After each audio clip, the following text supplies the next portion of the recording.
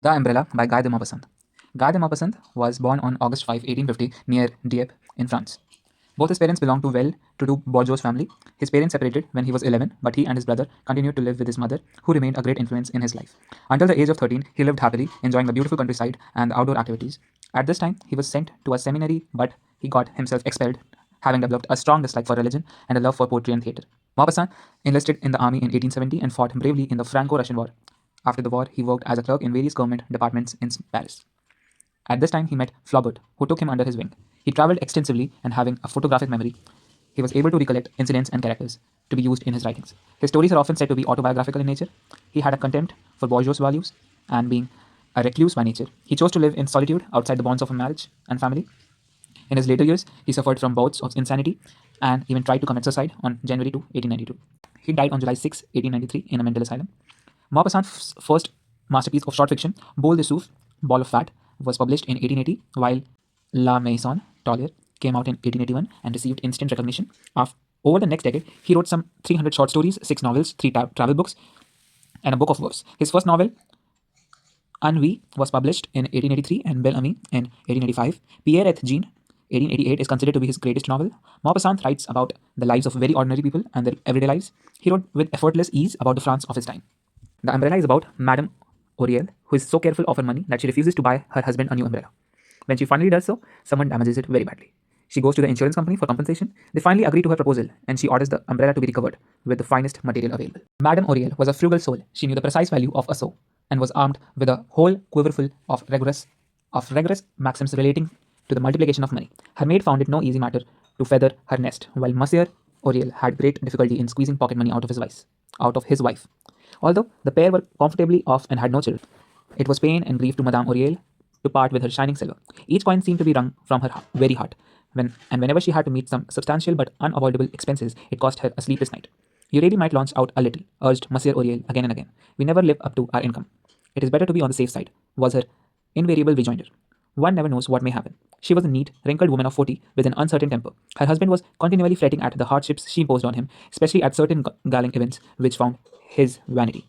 He had a post as head clerk at the War Office, which he retained in deference to his wife's wishes, thereby increasing their already redundant revenues. For the last 2 years, he had come to office with the same patched old camp, which had become a standing joke with his brother clerks. At last, he could stand their chaff no longer, and insisted on Madame Auriel's buying him a new one. She invested 8 francs in an umbrella which was being sold for advertising purposes by one of the big shops. There were thousands of these umbrellas scattered all over Paris. Recognizing it at once, the other clerks laughed louder than ever.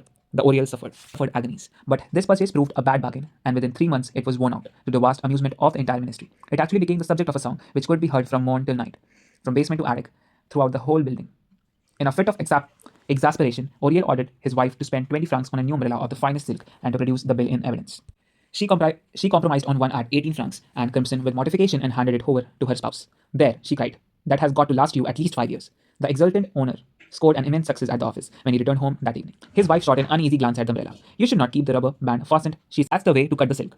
You had better take care of it. I shan't buy you another in a hurry.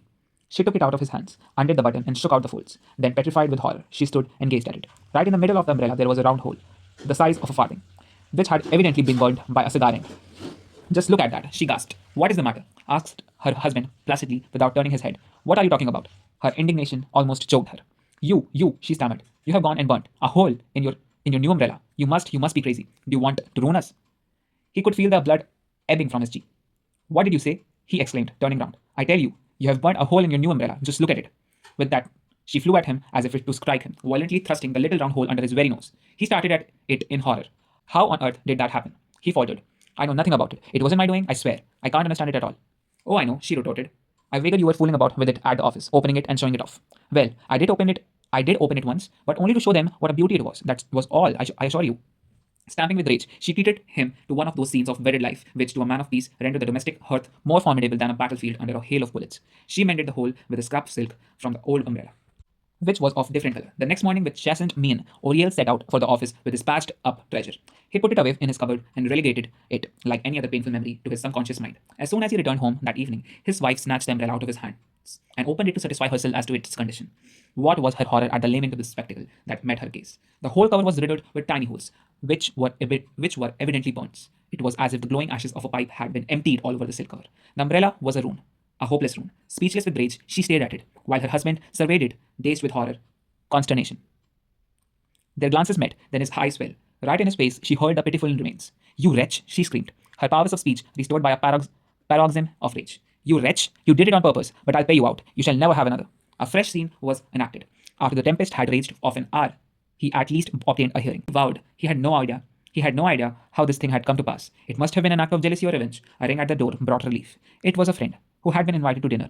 Madame Auriel laid the matter before him. As for buying a new umbrella that she declared was out of the question, her husband should never have another. But then, Madame Auriel, her guest, wisely objected. His clothes will get spoilt, and that will be even more serious. Very well, she exclaimed, the little woman, still fuming with rage. He can have a servant's umbrella. I shall never get him another silk one. This pronouncement roused Auriel to rebellion. In that case, I warn you, I shall send in my resignation. Nothing will induce me to go to the office with a servant's umbrella. Why not have this one recovered? Suggested their visitor. It won't be expensive. It would cost at least 8 francs, snapped Madame Auriel. 8 francs plus 18, that makes 26. 26 francs for an umbrella. Why? It's outrageous. It's madness. The friend who was a poor man had a sudden inspiration. Get it out of your insurance company. They always pay compensation to anything burnt, provided that it happened on your own premises. This suggestion worked like a charm. After a moment's reflection, Madame Auriel turned to her husband. Tomorrow on your way to the office, you can take the umbrella to maternally show them the damage, and put it in a claim for compensation. Monsieur Auriel jumped. I should never have the face to do such a thing. After all, it's only a matter of 18 francs. It won't ruin us. Happily, the next day was fine, and he went to the office carrying a walking stick. All by herself at home, Madame Auriel could not cease from brooding over her vanished 18 francs. The umbrella lay on the dining room table, and she kept hovering round it. Unable to come to a decision, she was obsessed by the idea of insurance company. Yet she dreaded the mocking glances of the clerks at the office. She was timid in society, and had a habit of flushing at the merest trifles, while she never felt at ease in conversing with strangers. Yet her sorrow for her 18 francs tormented her like an aching wound. In vain she tried to banish it from her mind. The loss of her money rankled unceasingly. What was she to do? Hour followed hour, and she was still irresolute. Suddenly, like a coward screwing up his courage, she decided to take action. I'll go, and we'll see what happens. First, however, the umbrella had to be dealt with so that the disaster should appear irreparable and the case conclusive. From the mantelpiece, she took a match, and between two ribs of the umbrella, she burnt a great hole, the size of her hand. Then she dexterously rolled up and remains of the silk, fastened the elastic band around it, put on shawl and hat, and hurried off the Rue Rivoli, where the insurance company had its office. The nearer she drew, the more her pace slackened. What was she to say, and what answer would she receive? She glanced at the numbers above the doorways. There were still another 28 houses. Good. That gave her time to think. She walked even more slowly, till, with a sudden jump, she saw a door, bearing in golden letters the inscription La Maternelle, Fire Insurance Company. She was there already, confused and diffident. She paused a moment.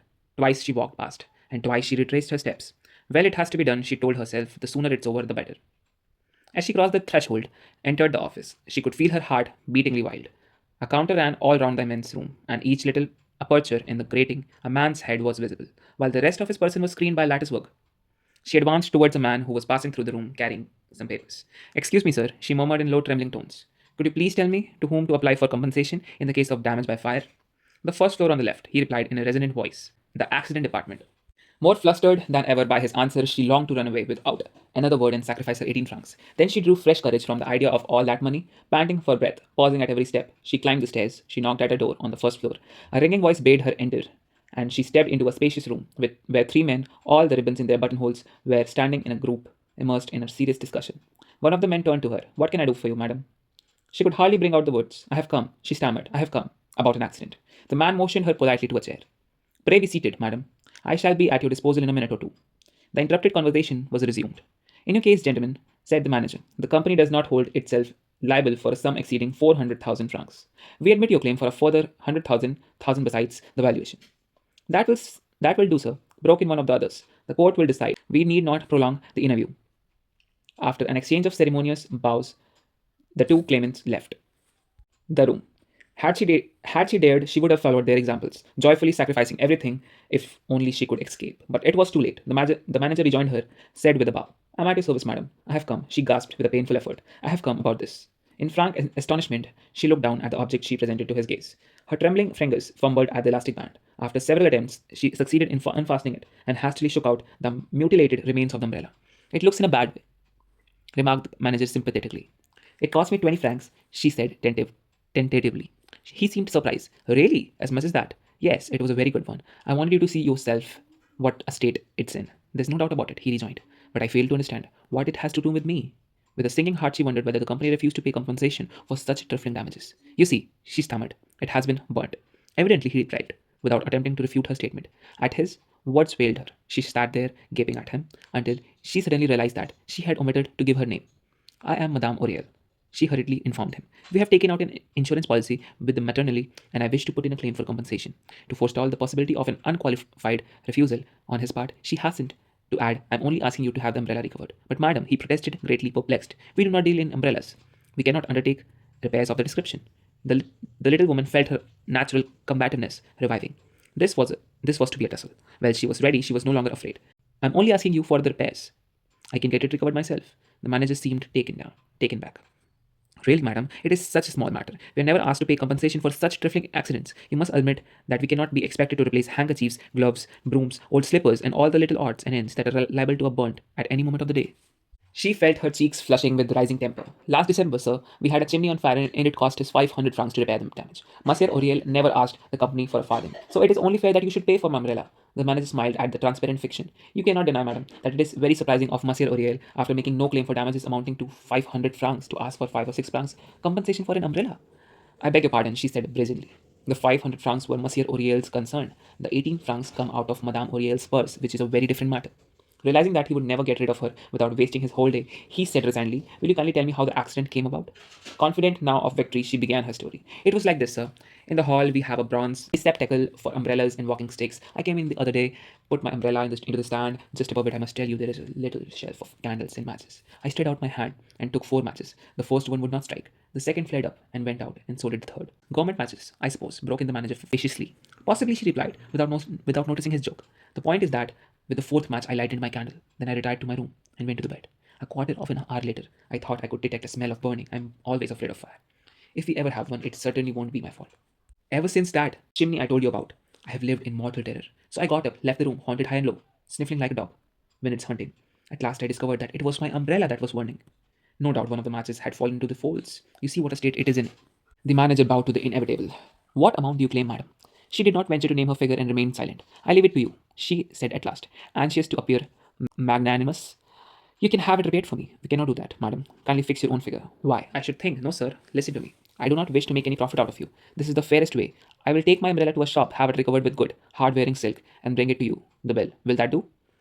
Admirably, then the matter is settled. Here is a note for the cashier who will refund you to the cost of the repairs. He handed her a card. She clutched it, rose from her chair, muttering words of thanks, hurried from the room for fear he should change his mind. After this victory, she tripped gaily along the street, hunting for an umbrella shop of promising exterior. When she came to one that looked sufficiently expensive, she marched boldly in and said in authoritative tones, I wish to have this umbrella recovered with the finest silk. Use the best material you have. I don't mind what it costs. Some of the meanings of the words used in this poem are so, SOU, that means a French coin of low value. Quiverful means a collection. Maxims means general truths. Feather her nest means making herself rich. Galling means humiliating. Gamp meaning umbrella. Shaft means teasing. Farthing means a low value coin of Great Britain which is no longer used. Ebbing meaning flowing away. Mien, Mien, meaning appearance. Paroxysm meaning outburst. Grating means bars placed across an opening. Latticework means crossed metal pieces. Resonant means filling the place with sound. Combativeness meaning readiness to fight. Facetiously meaning in a joking manner. Magnanimous meaning generous. Thanks for watching.